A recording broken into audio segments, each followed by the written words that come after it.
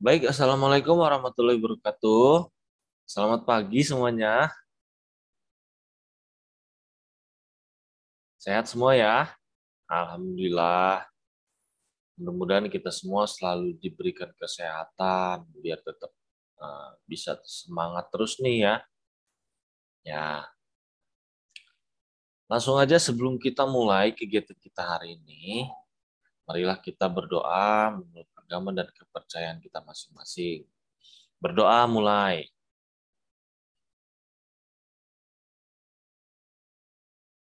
Selesai. Nah, melanjutkan pertemuan kita yang sebelumnya, hari ini kita akan membahas di materi Microsoft Office dan Microsoft Word ya. Masih di Microsoft Office di Microsoft Word-nya. Nah, sebelumnya kan kita ada Microsoft Excel ya. Nah, hari ini fungsi program pengolahan teks, header footer, halaman, kemudian daftar isi, kemudian daftar pustaka, kemudian referensi, dokumen, laporan, dan jurnal. Nah, tentunya semua ini sudah familiar lah buat kita semua di sini ya. Barangkali bahkan kakak-kakak atau adik-adik di sini sudah lebih paham terkait Microsoft Office atau Microsoft Word-nya ya. Karena ya anak-anak zaman sekarang tentunya lebih update terkait hal-hal yang seperti itu. Kita masuk kepada fungsi program Microsoft Word.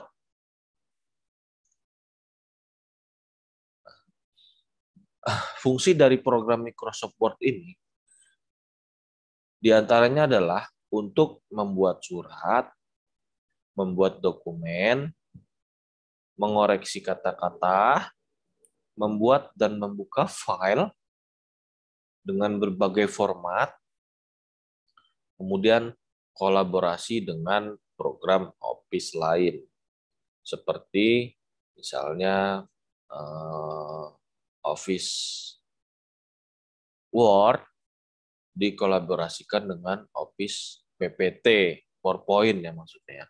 Bisa kata-kata atau gambar-gambar dikombinasikan atau dimasukkan ke dalam PowerPoint ya. Kemudian manfaat dari program Microsoft Word. Tentunya banyak ya manfaat dari Microsoft Word ini bagi kita semua ya. Apalagi di zaman yang seperti ini, kalau kita masih menggunakan mesin ketik ya masih jauh dari kata efektif ya dengan perkembangan zaman sekarang. Kalau pada tahun 1990 ke bawah mungkin mesin ketik masih sangat populer, tapi kalau sekarang ya beralih semua lah ya, nggak ada lagi yang mau ngerjain sekarang ini skripsi barangkali menggunakan mesin ketik ya. Nah, manfaat program Microsoft Word ini salah satunya atau salah diantaranya adalah untuk memudahkan pekerjaan, kemudian menghemat waktu dan menghemat kertas. Nah, itu tadi ya, menghemat waktu, menghemat kertas, dan memudahkan pekerjaan. Bayangkan kalau sekarang ini kita masih menggunakan mesin tik. Kertas salah dikit, kertas ganti. Terus ngetiknya juga masih 11 jari ya. Tak, tak, tak, tak, tak, tak, tak, tak. Bisa juga sih yang ini 10 jari. Hanya saja ya barangkali lebih pegel dia. Kemudian untuk memudahkan pekerjaan juga. Ada lagi nggak nih manfaat program Microsoft Word? Barangkali ada tambahan dari kakak-kakak di sini. Belum ya? Oh ya, selanjutnya kita lanjutkan aja dulu. Untuk pengolahan teks, Dalam pengolahan teks terdapat beberapa hal yang perlu diperhatikan. Di antaranya adalah keadaan ruler, kemudian keadaan font, kemudian keadaan paragraf. Dalam pengolahan teks perlu diperhatikan keadaan ruler, keadaan font, kemudian keadaan paragraf. Ya.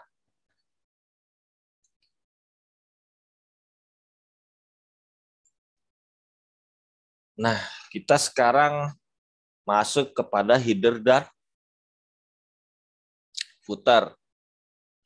Header itu apa sih? Header adalah bagian dokumen yang muncul di margin atas. Sebaliknya dengan footer.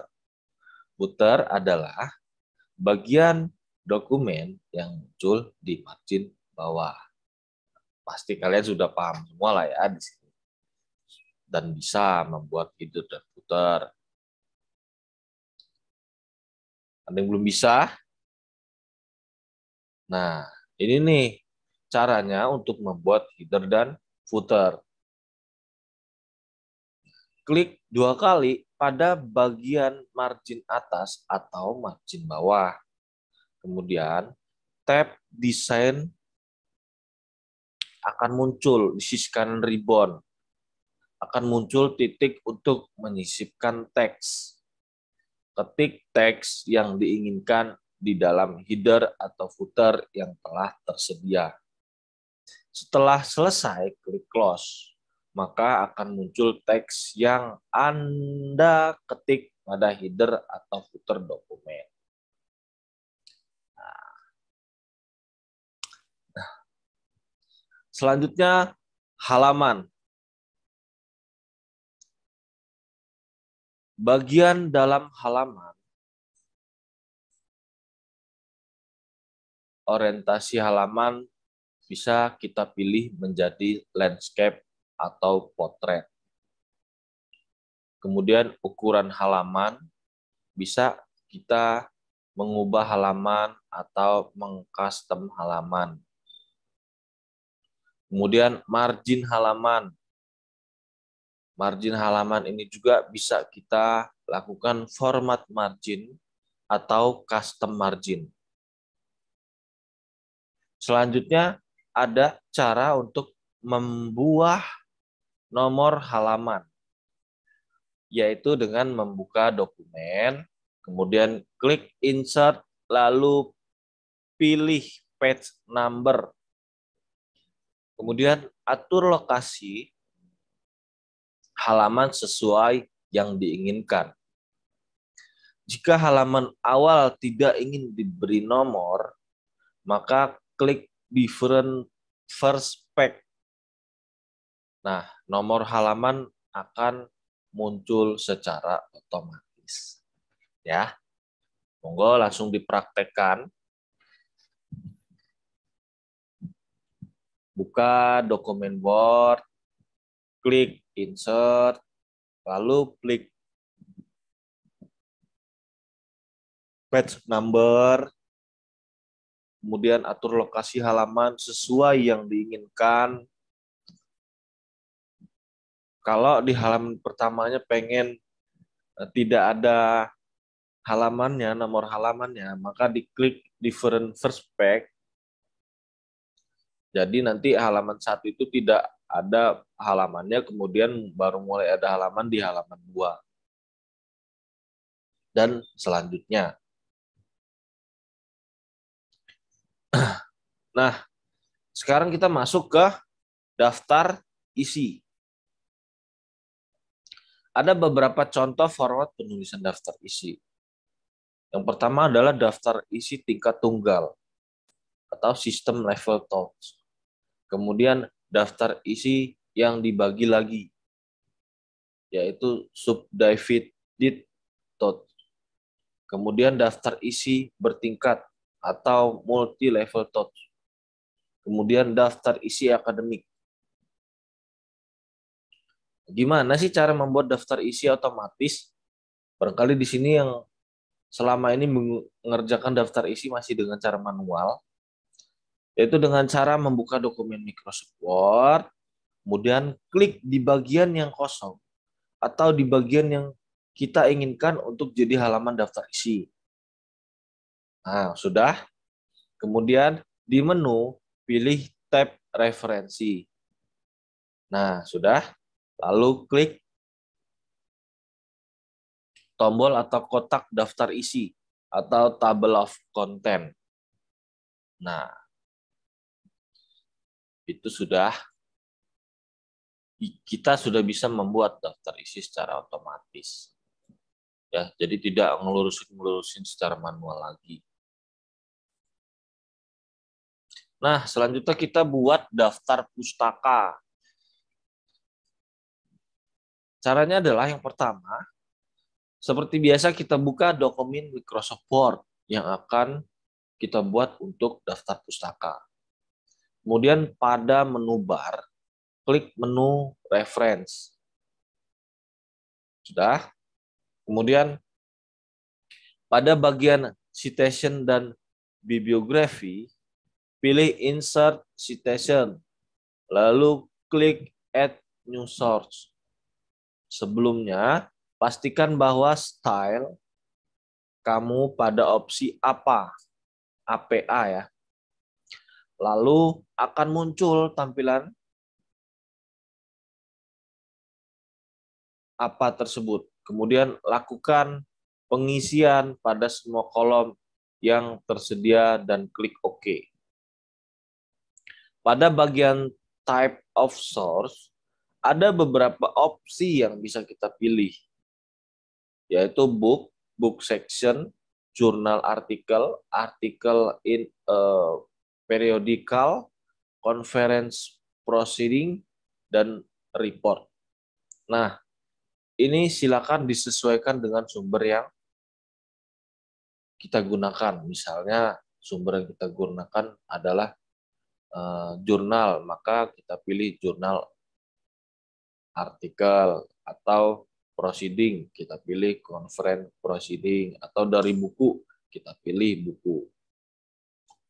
Hasilnya adalah contohnya Setiadi Hadi 2017, cerdas belajar bahasa Indonesia, Jakarta, PT SCP Tulis Indo. Nanti dilanjutkan dengan sumber-sumber selanjutnya, maka daftar isi akan tertampilkan dengan style apa tadi, ya, yang sudah menjadi standar di beberapa tempat untuk sebagai syarat SOP dari jurnal ya biasanya.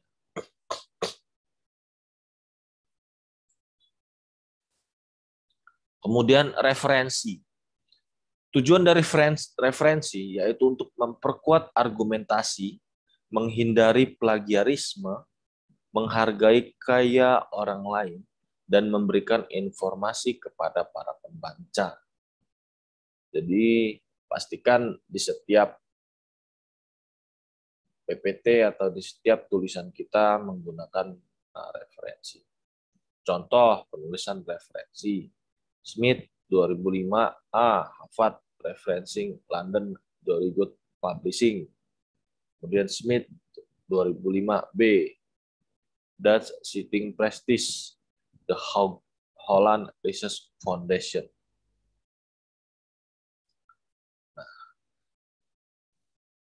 Kemudian bagaimana cara membuka dokumen kosong yang baru?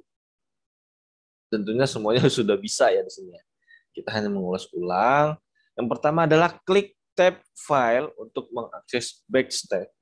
Kemudian pilih new, lalu klik dokumen blank. Lalu muncul dokumen kosong yang akan digunakan. Oke, kita lanjutkan. Laporan. Nah, berikut ini adalah struktur laporan yang runtut di Microsoft Word. Nah, yang pertama adalah membuat cover. Dilakukan dengan cara buat cover bisa, buka file Microsoft Word dari laporan yang akan atau sudah dibuat. Kemudian klik menu tab Insert dan klik Cover Pack. Nah, kemudian pilih tampilan cover yang sesuai dengan kebutuhan. Untuk makalah formal biasanya menggunakan tampilan konservatif. Setelah itu edit sesuai dengan judul, nama, dan informasi yang dimiliki. Kemudian yang kedua adalah struktur laporan yang runtut di dalam Microsoft Word adalah membuat kata pengantar, membuat daftar isi, membuat pendahuluan, pembahasan, penutup, serta membuat lampiran. Nah, itu tadi ya, 7 struktur laporan yang runtut di Microsoft Word. Kemudian membuat jurnal. Susunan jurnal terdiri dari judul, abstrak, pendahuluan, bahan dan metode, hasil pembahasan, kesimpulan, dan daftar pustaka. Kemudian membuat jurnal secara umum, yaitu dilakukan dengan cara pembuatan kolom. Dengan cara pilih orientasi kertas pada page layout tab, lalu page setup dan klik orientation. Pilih portrait atau landscape. Ya. Kemudian blok kumpulan teks yang akan dilakukan atau dibuatkan kolom. Kemudian pada page layout di grup page setup, klik kolom pilih to untuk membuat 2 kolom. Ya kan? Maka judulnya tadi 1 kolom dan isinya 2 kolom. Kemudian pada kolom, bila ketikan habis di 1 kolom sampai ke bawah, maka ketikan akan muncul di bagian awal kolom kedua. Kemudian mengatur jarak antar kolom. Pada tab Page Layout, grup Page Setup, klik More Column untuk menampilkan kotak dialog kolom. Kemudian untuk mengatur lebar kolom, ubah angka pada kotak width. Dan untuk mengatur jarak antar kolom, ubah angka pada kotak spacing. Lalu oke bila sudah fix. Nah, ini beberapa referensi yang saya gunakan untuk presentasi hari ini. Nah,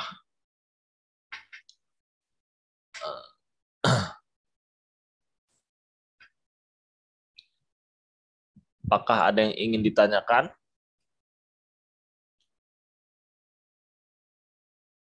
Cukup? Barangkali cukup untuk pertemuan kita hari ini. Sampai ketemu minggu depan. Kemudian terima kasih untuk waktu dan perhatiannya. Sebelum kita akhiri kegiatan kita hari ini, marilah kita berdoa menurut agama dan kepercayaan kita masing-masing. Berdoa mulai. Selesai. Nah, terima kasih. Saya akhiri. Wassalamualaikum warahmatullahi wabarakatuh.